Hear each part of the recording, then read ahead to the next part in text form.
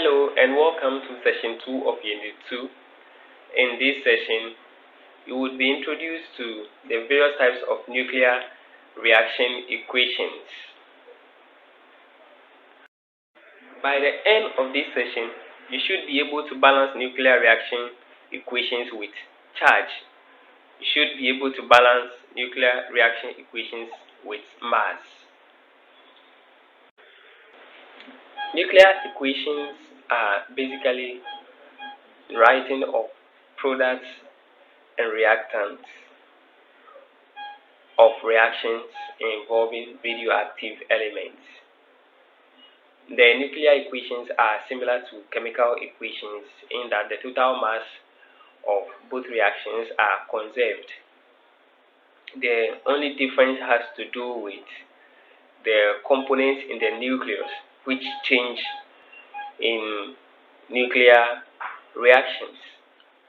Some examples of nuclear reactions include the conversion of the americium to neptunium with the emission of alpha particle or helium, and also reaction of combining helium and nitrogen to give oxygen and hydrogen. And also this reaction down here is an example of a nuclear equation where uranium is bombarded with a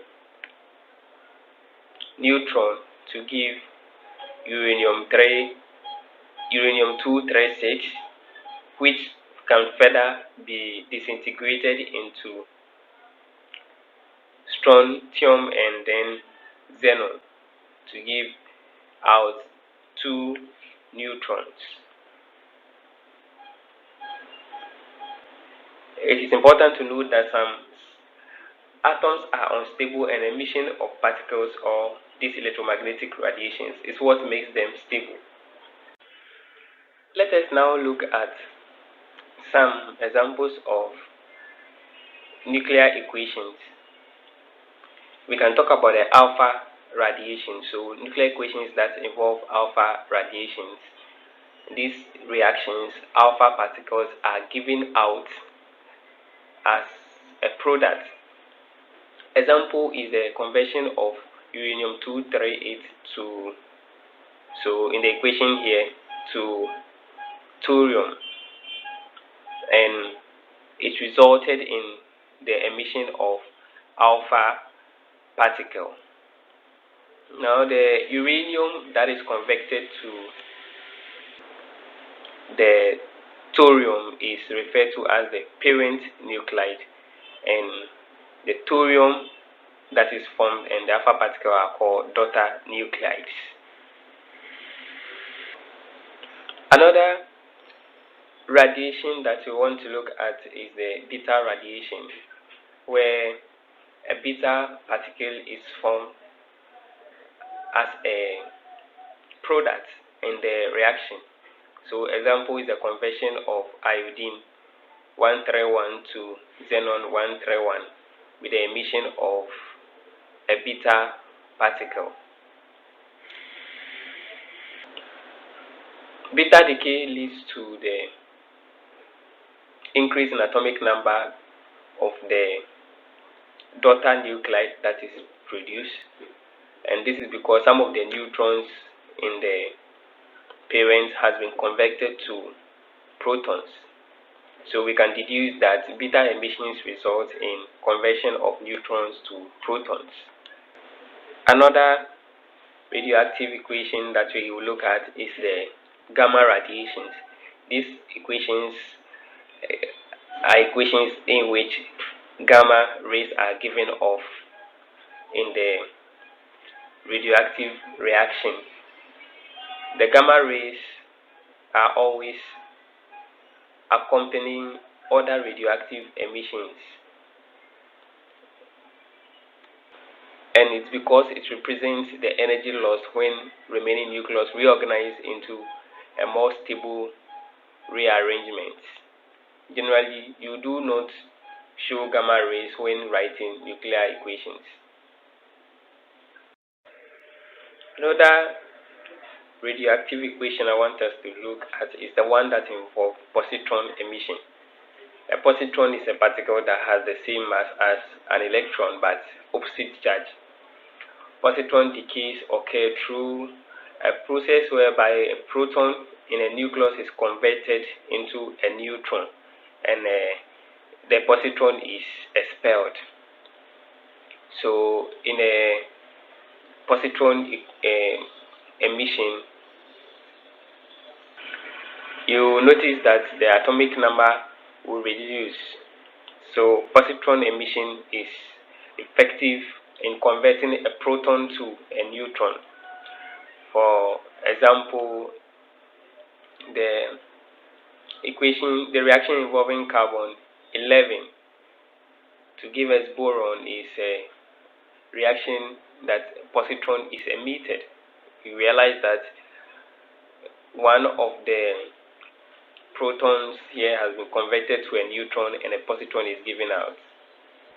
The next is electron capture, and it occurs when an electron in the inner shell of an atom is drawn into the nucleus, where it combines with the proton to form a neutron and a neutrino.